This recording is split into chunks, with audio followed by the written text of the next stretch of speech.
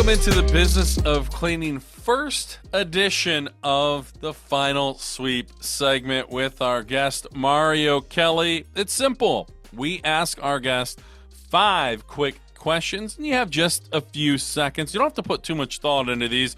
First question for you, Mario. One tool or product you can't live without on the job. ChatGPT. Amen. The daily tool, the AI that helps keep things organized and just is your information lifeline. What's your go-to tip for training new staff? There's always something to be clean. Don't never say that you're done with your job.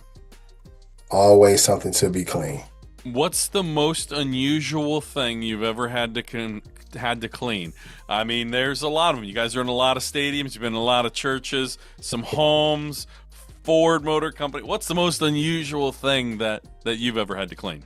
The rodeo and NRG, they had a segment when they had probably about 45 horses.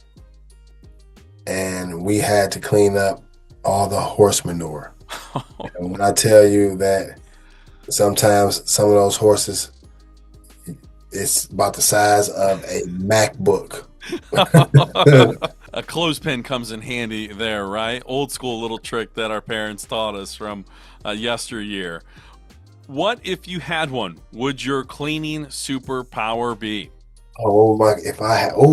That's a good one. I would be able to tell every company that needs a cleaning company to get the contracts.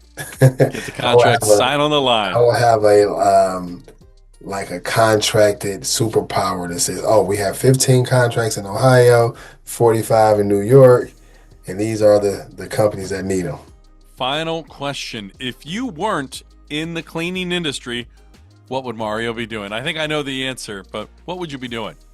Oh man, if I wasn't in the cleaning industry, I'll probably be doing staffing or AI or selling rubber bands or, just finding a way to make it happen.